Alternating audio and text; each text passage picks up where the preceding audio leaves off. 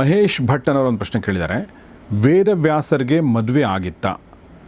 ಶುಕ ಮಹಾಮುನಿಯ ಹುಟ್ಟು ಹೇಗಾಯಿತು? ಶುಕ ಮಹಾಮುನಿ ಅಂದರೆ ವೇದವ್ಯಾಸರ ಮಗ. ಆತನ ಹುಟ್ಟು ಹೇಗಾಯಿತು?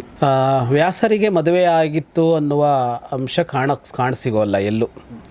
ಅದು ಮಹಾಭಾರತಲ್ಲೋ ಪುರಾಣಗಳಲ್ಲೋ ಎಲ್ಲೂ ಕಾಣಸಿಗೋಲ್ಲ. ಎಲ್ಲೋ ಒಂದು ಕಥೆಯಲ್ಲಿ ವ್ಯಾಸರಿಗೆ ಪತ್ನಿ ಇದ್ಲು ಅನ್ನುವ ಎಲ್ಲೋ ಒಂದು ಉಲ್ಲೇಖವು ಎಲ್ಲೋ ಒಂದು ಕಡೆ ಇದೆ. ಆದರೆ ವ್ಯಾಸರಿಗೆ ವಿವಾಹ ಆಗಿರಲಿಲ್ಲ ಅನ್ನೋದೇ ಕಾಣಿಸುತ್ತೆ. ಶುಕ ಅನ್ನೋದು ತಪಸ್ಸಿನಿಂದ ಪಡೆದುಕೊಂಡವನವನು ಮಗ. ಅವರು ತಪಸ್ಸು ಮಾಡಿ ತಪಸ್ಸಿನಿಂದ ಪಡೆದುಕೊಂಡ ಮಗ ಅವನು, ಹೀಗೆ ಹುಟ್ಟಿದ ಮಗನೇ ಅಲ್ಲ ಅವನು. ಹಾಗಾಗಿ ಅವರು ವ್ಯಾಸರಿಗೆ ಸಂಸಾರ ಇಲ್ಲ, ವಿವಾಹ ಮಾಡಿಕೊಂಡಿಲ್ಲ ಅವರು. ಶುಕ ಅವರ ಮಗನೇ, ತಪಸ್ಸಿನಿಂದ ಲಭ್ಯ ಆದವನೇ ಹೊರತು ಹೀಗೆ ಹುಟ್ಟಿ ಬಂದವನಲ್ಲ ಅವನು. ಇನ್ನೊಂದು ಪ್ರಶ್ನೆ ವಿಷ್ಣು ಅನ್ನೋರು ಕೇಳಿರುವಂಥದ್ದು. ಸರ್, ಶಲ್ಯ ಸತ್ತ ನಂತರ ಶಕುನಿಯನ್ನು ಸೇನಾಧಿಪತಿಯನ್ನಾಗಿ ಮಾಡಬಹುದಾಗಿತ್ತು, ಯಾಕೆ ಮಾಡಲಿಲ್ಲ? ಇನ್ನೊಂದು ಪ್ರಶ್ನೆ ಇದೆ. ಮಂಜು ಅನ್ನೋರು, ಶಲ್ಯ ಸತ್ತ ನಂತರ ಅಶ್ವತ್ಥಾಮ ಅಥವಾ ಕೃಪಾಚಾರಿ ಇದ್ರಲ್ಲ, ಅವರನ್ನು ಸೇನಾಪತಿ ಯಾಕೆ ಮಾಡಲಿಲ್ಲ ಅನ್ನೋದು ಪ್ರಶ್ನೆ. ಶಲ್ಯ ಸತ್ತ ಕೂಡಲೇ ಯಾಕೆ ಇವನನ್ನು ಶಕುನಿಯನ್ನು ಅಥವಾ ಯಾರನ್ನಾದರೂ ಶಕುನಿಯನ್ನಾದರೂ ಮಾಡ್ಬೋದಿತ್ತು, ಯಾರನ್ನಾದರೂ ಮಾಡ್ಬೋದಿತ್ತು, ಮಾಡಲಿಲ್ಲ ಅಂದರೆ ಆ ಸನ್ನಿವೇಶ ಇದೆಯಲ್ಲ, ಅದು ಇನ್ನೊಬ್ಬ ಸೇನಾಧಿಪತಿಯನ್ನು ಮಾಡುವಷ್ಟು ಸಮಯ ಕೊಟ್ಟಿರಲಿಲ್ಲ. ಸಾಧಾರಣವಾಗಿ ಸೇನಾಧಿಪತಿ ಮಾಡೋದು ಹೇಗೆ ಅಂದರೆ, ಅವತ್ತಿನ ಯುದ್ಧ ಮುಗಿದು ಅವತ್ತು ರಾತ್ರಿ ಹೋಗಿ ಚರ್ಚೆ ಮಾಡಿ ಮಾರನೇ ದಿವಸ ಬೆಳಗ್ಗೆ ಅದರ ಘೋಷಣೆ ಮಾಡ್ತಾ ಇದ್ದಿದ್ದು. ಈಗ ದ್ರೋಣರು, ಈಗ ಭೀಷ್ಮ ಶರಶಯ್ಯಗೆ ಹೋದ್ಮೇಲೆ ಅವತ್ತಿನ ಯುದ್ಧ ನಡೀಲೇ ಇಲ್ಲ. ಆದರೆ ದ್ರೋಣರ ವಿಷಯದಲ್ಲಿ ಹಾಗಾಗಲಿಲ್ಲ. ದ್ರೋಣರು ಸತ್ತೋದ್ಮೇಲೂ ಅವತ್ತಿನ ಯುದ್ಧ ಮುಂದುವರೆದಿತ್ತು. ಆ ಯುದ್ಧ ನೆನಪು ಮಾಡ್ಕೊಂಡ್ರೆ ಗೊತ್ತಾಗುತ್ತೆ. ಅಲ್ಲೇ ಘೋಷಣೆ ಮಾಡಲಿಲ್ಲ, ಅವತ್ತು ಯುದ್ಧವನ್ನು ಹಾಗೆಯೇ ಮುಂದುವರಿಸಿದ್ರು. ಏನಲ್ಲೊಬ್ಬ ಸೇನಾಧಿಪತಿ ಇಲ್ಲದೇ ಇದ್ದ ಕೂಡಲೇ ಏನೋ ಆಗ್ಬಿಡತ್ತೆ ಅಂತ ಏನೋ ಅಲ್ಲ, ತಕ್ಷಣ ಏನೋ ಒಂದು ಆಗ್ಬಿಡತ್ತೆ ಅಂತಲ್ಲ. ಯಾಕೆಂದರೆ ವ್ಯವಸ್ಥೆ ಹಾಗಿರುತ್ತೆ, ನಡೆಯುತ್ತೆ.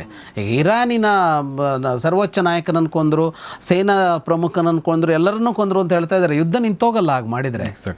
ಇದು ಆಗೋದು ಯಾವಾಗ ಅಂದರೆ, ರಾತ್ರಿ ಹೋಗಿ ಮಾರನೇ ದಿನ ಬೆಳಗ್ಗೆ ಬರುವಾಗಲೇ ಸೇನಾಧಿಪತಿ ಆಗೋದು. ಕರ್ಣ ಸತ್ತ ಮೇಲೆ ಅದು ಅವತ್ತೇ ನಡೆದೋಗಿದೆಯಲ್ಲ ಅದು, ಅಲ್ಲ ಶಲ್ಯ ಸತ್ತ ಮೇಲೆ. ಹಾಗಾಗಿ ಅಷ್ಟು ಸಮಯ ಇರಲಿಲ್ಲ, ಅದು ಏನೂ ಮಾಡೋಕ್ಕಾಗದೆ ಮುಂದುವರೆದು ಬಿಡ್ತು.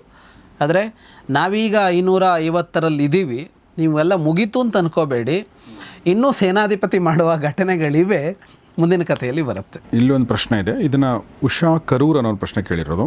ದುರ್ಯೋಧನ ಜಲಸ್ತಂಭನ ವಿದ್ಯೆಯನ್ನು ಯಾರಿಂದ ಎಲ್ಲಿ ಹೇಗೆ ಕಲಿತಾ ದಯವಿಟ್ಟು ತಿಳಿಸಿ ಅನ್ನೋದೊಂದು ಪ್ರಶ್ನೆ ಇದೆ. ಎರಡನೇದು ಇದಕ್ಕೆ ರಿಲೇಟೆಡ್ಡು ಇನ್ನೊಬ್ಬರು ವೆಂಕಟರಾವ್ ಅನ್ನೋರು ಕೇಳಿದ್ದಾರೆ. ದುರ್ಯೋಧನ ಕೊಳದಲ್ಲಿದ್ದ ಜಲಸ್ತಂಭನವಾಗಿತ್ತು, ಆತನಿಗೆ ಮೇಲಿರೋ ಧ್ವನಿ ಹೇಗೆ ಕೇಳ್ತಾ ಇತ್ತು, ಇದಕ್ಕೇನಾದರೂ ವ್ಯಾಖ್ಯಾನ ಇದೆಯಾ ಅನ್ನೋದು ಅವ್ರದ್ದೇ ಇನ್ನೊಂದು ಪ್ರಶ್ನೆ ಇದೆ. ಆತ ಕೊಳದಲ್ಲಿ ನಿರಾಯುಧನಾಗಿದ್ದ, ಹಾಗಿರುವಾಗ ಮೇಲೆ ಬರುವಾಗ ಗದೆ ಹಿಡಿದು ವಿಜೃಂಭಿಸ್ತಾ ಬಂದದ್ದು ಹೇಗೆ ಅನ್ನೋದು ಪ್ರಶ್ನೆ. ದುರ್ಯೋಧನ ಯಾವಾಗ ಕಲಿತ, ಯಾರಿಂದ ಕಲಿತ, ಎಲ್ಲಿ ಕಲಿತ, ಹೇಗೆ ಕಲಿತ ಅನ್ನೋ ಯಾವ ಉಲ್ಲೇಖವೂ ಮಹಾಭಾರತದಲ್ಲಿ ಸಿಗೋಲ್ಲ. ಅದನ್ನು ವಿಶೇಷ ವಿದ್ಯೆ ಅವನಿಗೆ ಒಲ್ದಿತ್ತು ಅನ್ನೋದಷ್ಟು ಗೊತ್ತಾಗತ್ತೆ. ಹಾಗಾಗಿ ಅದರ ಬಗ್ಗೆ ಯಾವ ವಿವರವೂ ಸಿಗೋಲ್ಲ.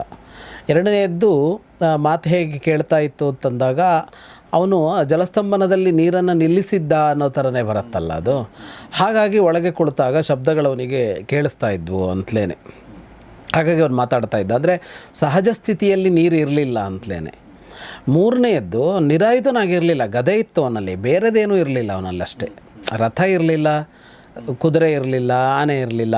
ಆದರೆ ಅವನ ಕೈಯಲ್ಲಿದ್ದ ಗದೆ ಅವನ ಕೈಯಲ್ಲೇ ಇತ್ತದು. ಯಾಕೆಂದರೆ ಅವನ ಗದೆಯಲ್ಲೇ ಅವನು ಹೋರಾಟ ಮಾಡಿದ್ದದು. ಹಾಗಾಗಿ ಅದು ಇತ್ತು ಅವನಲ್ಲಿ.